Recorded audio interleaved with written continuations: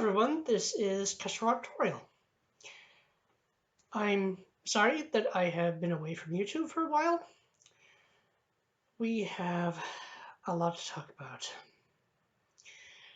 I know some of the videos I made most recently were of gaming and building my Yu-Gi-Oh deck, but now there's something much more important and much more immediate to address.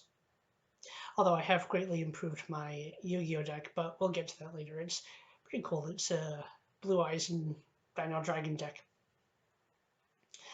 All that later. There are other very serious issues, not only in the West, not only in North America, but all over the world. But the question is, so a lot of people love to enjoy and maintain their personal freedoms. Now, the culture that has done this the best, or the most successfully, the way that has most welcomed, created, and guaranteed freedoms for all who live in it, there were obstacles, there were questions to be asked, there were. It was going to take time. And it did. And it was achieved. Now, in the West, it is under serious threat. And my first question is this. I will get into the anecdote in a minute. I have 4 pages to go over. It should go relatively fast because I can be somewhat of a fast speaker, though I'll try to do so clearly. Sometimes I slur a little bit. It's not because I have any speech problem. It's because I tend to go either too fast or shift too much between fast or slow. I'll try to articulate more and talk more. Anyway, so I'm going to try to begin what I'm going to call the American Kestrel show. I thought of calling it in reference to my name. Kestrel is not my actual name, it's just an internet name. And the American Kestrel is one of the creatures, along with Dromaeosaurus, Velociraptor, Deinonychus. Been thinking about going with Deinonychus because it's a North American species or genus, but when you're dealing with paleontology, one question is, are you really, when you're looking at a family of dinosaurs or any prehistoric creatures, is it really an entire family you're looking at, or an entire genus, or are all the species you unearth throughout paleontology really just members of the same genus, and they don't know all these, they don't need all these different genuses. But in paleontology, when you're dealing with life forms that are millions or tens of millions, hundreds of millions of years old, typically you go for the most broad, just in case, although I'm not sure that would always be quite as necessary, but whole different issue, whole other discipline. I just spent a lot of time in paleontology and ecology, so that's fun. All right. So this presentation, the American Kestrel Show, Episode 1, is titled Hope of the 2000s into, regrettably, the insanity of the 2010s. So I turned 15 years old at the end of the summer in the year 2000. I probably look a lot younger than I actually am, but that's multiple factors, childhood growth delays and other just family destruction. But anyway, maybe a topic for another time, though I am planning on writing a book that I'm titling A Millennial's Cry. It's, I'm not sure how in progress it is, although I've really tried to crunch down, even taking time away from job searching now to do it, because I really see a great necessity for the story and the lessons that I intend in including into it. I will get to that on a later month. So, okay, I turned 15 years old at the end of the summer in the year 2000. If you were a young millennial, young teenager at the very start of the 2000s, you probably still remember it. It's the advent of this amazing, unknown new millennium. And for a time, there was such great hope and promise. True, the most awesome indoor playground that children have ever known, the legendary Discovery Zone, was gone. I would like that to be brought back by someone one day if possible. We will have to see. I mean, kids need places like that. But soon after the late 1990s came the height of the Pokemon franchise. Epic anime movies such as Pokemon 2000 and Spell of the Unknown were among the favorites of young millennials like myself at the time, with songs like With All Your Heart, which was written by a Christian band. It's an amazing song. It speaks of always doing your best to brighten the world and having a moral courage, and also to know the unknown, which speaks of compassionate love. And those two songs to this day remain two of my favorites, probably always will. The 2000s brought a decade of amazing films, like the first three Pirates of the Caribbean, the new Star Trek. I do like the 2009 one. It was really hard to follow Into Darkness. The Christopher Nolan Batman films, at least up until the third, that was a weird clusterfuck of stories that really could have been told a lot better. The 2000s, prior to 2010, were a strange era for Disney, but there was, for 10 years, so much to enjoy. Many millennials were first entering high school at this time. Like myself, I was in high school from 2000 to 2005, quite a bit before it became this insane social justice loser asylum. Not that they weren't going there, but it hadn't really manifested into noticeable yet. And so schools were significantly free and welcoming to both liberals and conservatives, or at least pretended they. Well, I guess they still pretend they were, but we all know the truth. Actually, many of them don't pretend they are anymore. They don't even bother to do that. Not that doing so would be of any help, because then they would be luring in conservatives. Not that they don't already do that to young people with these ridiculously high tuition costs that hypothetically you could pay over 20, 30 years. Even if you do so, it's still a huge amount out of your paycheck if you're able to get a paycheck, because now finding a job is really, really difficult. I've been working hard at job searching for almost 3 years.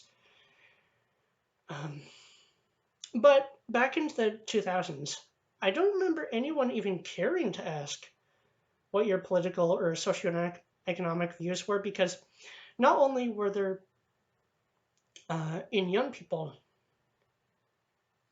who haven't fully formulated their final adult, I guess, compass and bedrock on their political beliefs and worldviews, and no one cared that much. So how have things gone so wrong since then? I spent a lot of time thinking about that, as well as what we should do about the fast collapse of the rational world now. Not the first time that's happened, but fast collapse of the rational world now, because it's a downward spiral faster than I ever thought could have been coming. But was coming or came, or a lot of people are still working very hard on it. Some may ask, with understandable reason, why American patriots aren't now resorted to fighting another American Revolution. And in truth, things being pushed to that point is not outside of possibility. In fact, it's getting closer every day. Don't know how much closer yet, but I would say let's not go for that just yet. It's much more complicated than it was in the 1770s. The government is much bigger. The interconnections between in society and economics, uh, much more of a cluster web of dependence even between the states, and it's really hard to navigate. Not to mention, information is massively maladjusted and unreliable, likely more often than even the most skeptical of us realize, though a good amount of skepticism will certainly be of great help in deducing fact from falsehood. It just takes a bit of time to do so. It is said that reality, or even changing circumstances, can be a critical wake-up call, an alarm clock, if you will, to the true threats to your freedoms and livelihoods. When we mistakenly, and most of us, at least in part, under deliberately deceptive information, voted Barack Obama into the presidency in 2008, I was among them, regret to say. The social and radical relations situation in America, which had been recovering for almost 2 decades before, and even most minorities living in poverty still felt at that time as if we had finally moved into being a country that no longer cared about one's race. And with the exception of only the most tiny extremist belief groups, that was nearly entirely true. Though there is so much frustration felt at my generation, Millennials, for bringing about the social justice loser movement, yes, that is what I call them, I must make 2 points. One being that since many of both the Millennials and Gen Z were taught by radical leftist, socialist, and communist teachers and professors, not to mention they still are, and many parents, undoubtedly much older than those kids were in the 1990s, early 2000s, and 2010s, even now. It's not quite that simple. The second point is children who were born in the last 2, I would argue 3 decades, prior to 2010, the 80s, 90s, and 2000s, grew up not caring what kid was what color next to you or in class at all. We all played together, spoke together, and looked forward to a future where we wouldn't have to worry about the chaos of the past generations being held against us. Barack Obama destroyed all that. And leftists have betrayed what remnants there remained of that. Well, I said remnants that remained, oh well. When he failed to create good policy, if he ever meant to in the first place, he instantly went to blame all of his failures on white racism, when all the young people who elected him, or many who elected him, had grown up in a generation that no longer cared what color the other children of the playground were. This is an equality. The left keeps saying that all they want is equality, all they care about is equality. Well, they want a bit more than that. But they keep saying all they want is equality. But the equality among the Generation X generation and Gen Y generation, Millennials, and now Gen Z generation, the thing about Gen Z is that I'm not convinced that they're going to be the salvation that a lot of people hope they were. Hope they are. Sorry, I am slipping a little bit. Because Gen Z is now being raised during the years where we are in total chaos. What's that doing to their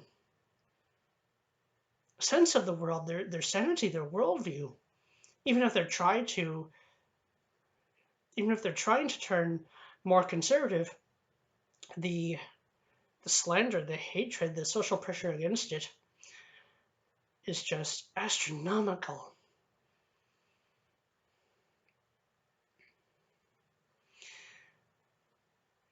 And so, but the generations of post 1960s, at least 1970s, almost certainly 1980s, oh yes, had lived from the time they were little kids without the schools having to teach them to value it. By the way, we just did that. Other kids were just other kids, that people were just other people, had already reached a scale that had never been achieved before by any non-Western civilization. And even took Western civilization a while, but we did get there.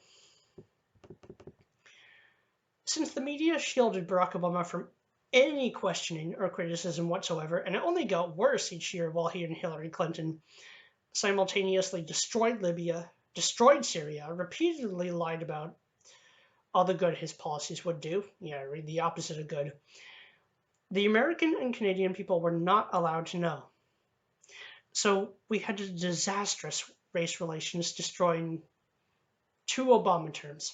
And when the time came for America to vote in a new president in November 2016,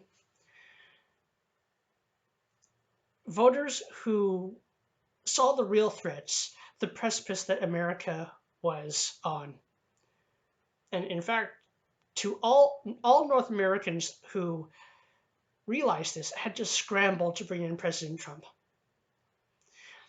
in an effort to make a first significant step towards preserving Western culture in North America, and we willingly took all the crap, slander, and assaults to do so because we wanted a non-violent solution to save our countries.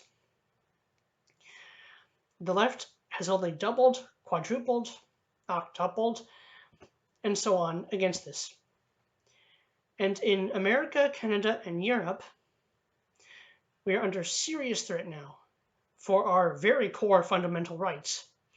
The Democrat candidates, now all radical leftists, just 2 nights ago, once again paraded a suffering child, this gender dysphoria, tranny, what's his name? Her name. This is going to cause so much confusion. It's just going to be a disaster. But Jacob paraded him. Her. Damn it. You see the problem, right? In the purpose of portraying all conservatives who want everyone to just be left alone and the rights to not be assaulted by the government. I mean, that was what the founding of America was about, really. As murderous racists who would slaughter alternately sexual and even that phrase sounds weird to even use as a collective overall name. It's just, I am not getting on board with this. But the point is to and transgender children, if as many of the left and now public schools and universities say there are, and a lot of them weren't peer or administration pressured into believing they are and going through body violating procedures against what would have been their choice had they been able to grow up unpoliticized to no end. And as a good evidence of that, first, introducing homosexual sexuality and transgenderism into grade school when the kids are too young to have a formed concept of sexuality at all. I mean, I remember when I was 10 years old, I barely heard a thing or two about sexuality before.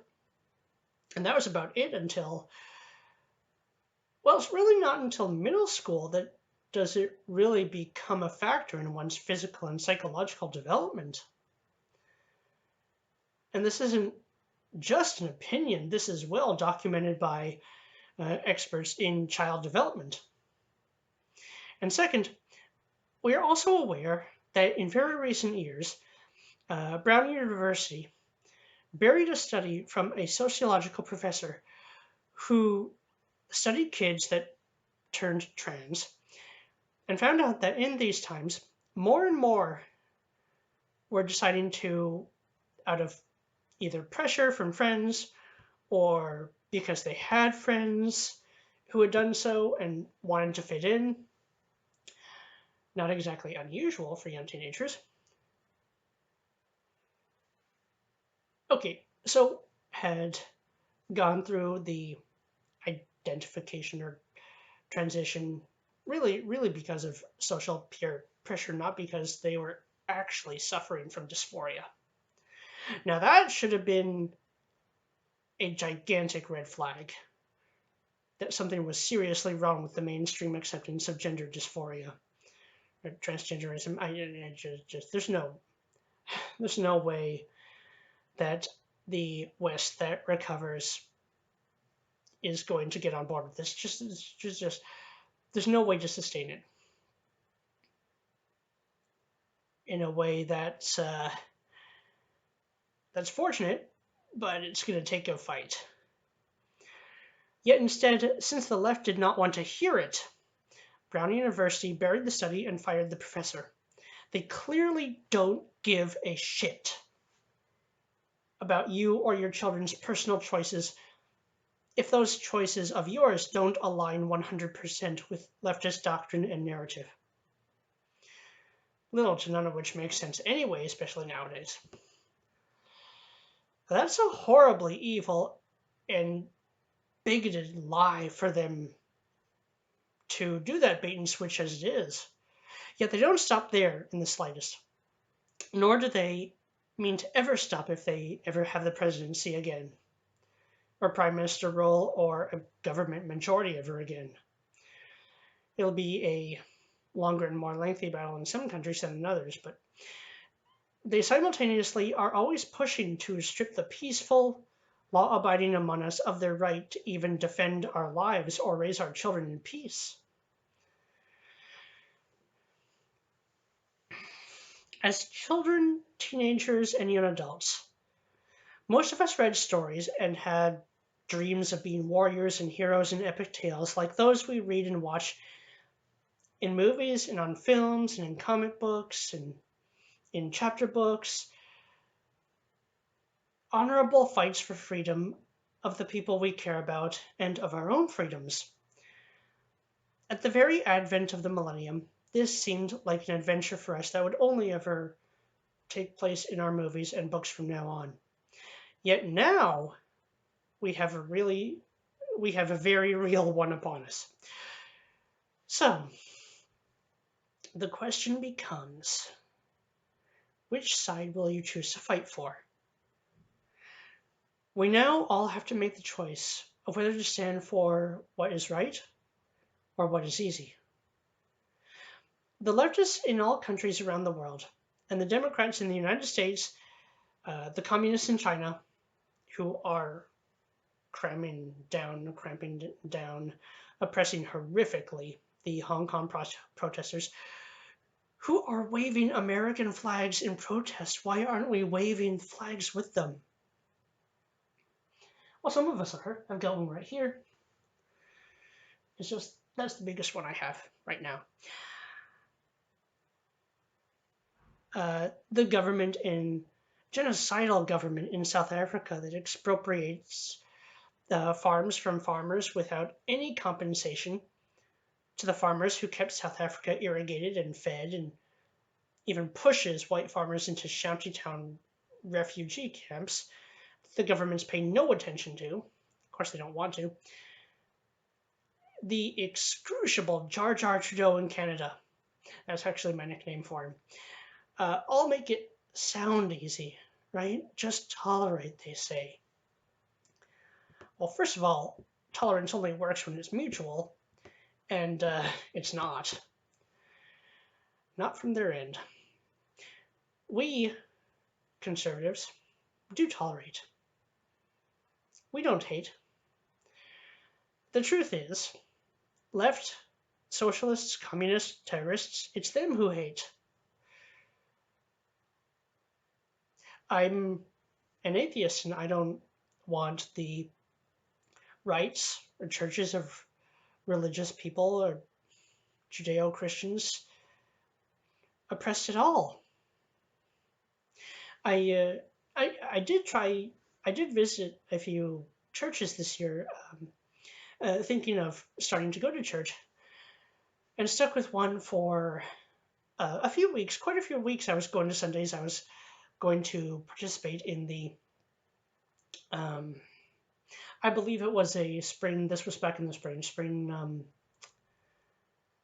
Uh, I believe it was a feast charity or something. That was like 6 months ago now, and the problem was in the week or two before that, they brought in this speaker who started talking rather obnoxiously about social justice, so that kind of killed that for me. But nevertheless, I'll try another. I'm still technically an atheist, but I'm working on a new balance. It's a long process, like a lot of figuring out your decisions and your stances in life.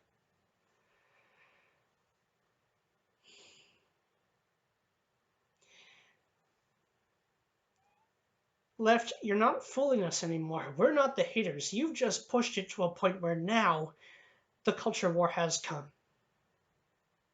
I didn't expect it to come like this, certainly not nearly as fast, although I suppose it's at least a good thing that we are aware of it and can try to deal with it now, but it's gonna take a lot of courage. The right thing to do is to stand for freedom, not power or control. One of the first steps towards this, soon, not the only step, but one of them, is to vote for the new People's Party of Canada on Canadian Election Day 2019, which will be October 21st. And, oh, just to point out, do keep your eye on the date because there is a chance they'll switch at the last moment. That's probably difficult to do with voting, but just keep your eyes peeled. I actually tried to go online and look for if it was possible for Americans to help participate in the Canadian election. It really isn't. Not that that's surprising, of course. One country shouldn't interfere with another country's. Totally agree with the president of Ukraine on this. Wait, that's a goddamn mess, isn't it? And it really looks like it was the Obama administration who was the shady one. Also, not the first time that happened. Also, stand with President Trump, and if you can, try to find a way to assist the white farmers and children in South Africa who are desperate to flee persecution and genocide, as well as the Defend Europe movement. I'm actually thinking of starting in some time. I need to get some more resources, but I'm trying to really scramble and crunch time on that, of starting a Defend North America movement. That will also take some time, but might be possible. So, as to the Syria conflict and conundrum, I am not sure how to view that. It's difficult because so the people at the Daily Wire talk about we should not, we should never abandon our allies, and Trump's pulled a lot of troops out of Syria. He didn't state his specific reason I'm thinking what he might suspect is that there might be a need for as many troops in America soon as we can get. I don't know. It's just one possible idea. Uh, but then I was also listening to Free Domain, and Stefan Molyneux made a really good point that we really can't make this region, no matter how long we try, into the culture we want it to be. So both viewpoints have a good point, and I don't know. I will have to do some more research on it before I give you my full opinion. It's tricky. Although I can't stop President Trump from making the decisions that he will. I tried to talk to him about it. Well, I tried to send a tweet, but um, he is trying to deal with so much against him, unjustly against him, that it's difficult. So, with all that said, I will try to make a video on another topic, or maybe expanding these topics very soon. Oh, and by the way, just in case you're still skeptical that the left is as insane and bad for policy all over the world, whether global or isolationist, do you really think that ideologies who preach hate, silencing, and the extinction of the rights of everyone who does not think, vote, and speak like them, has any way of approaching environmental issues or economic issues in any, forget realistic, even sane way?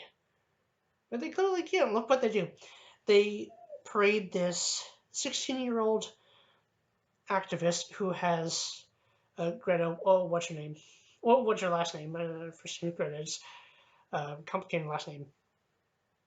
Who knows nothing about what she's really talking about. I actually know quite a bit about ecology and environmental science, and it's one of the most complicated natural sciences in existence. There is no way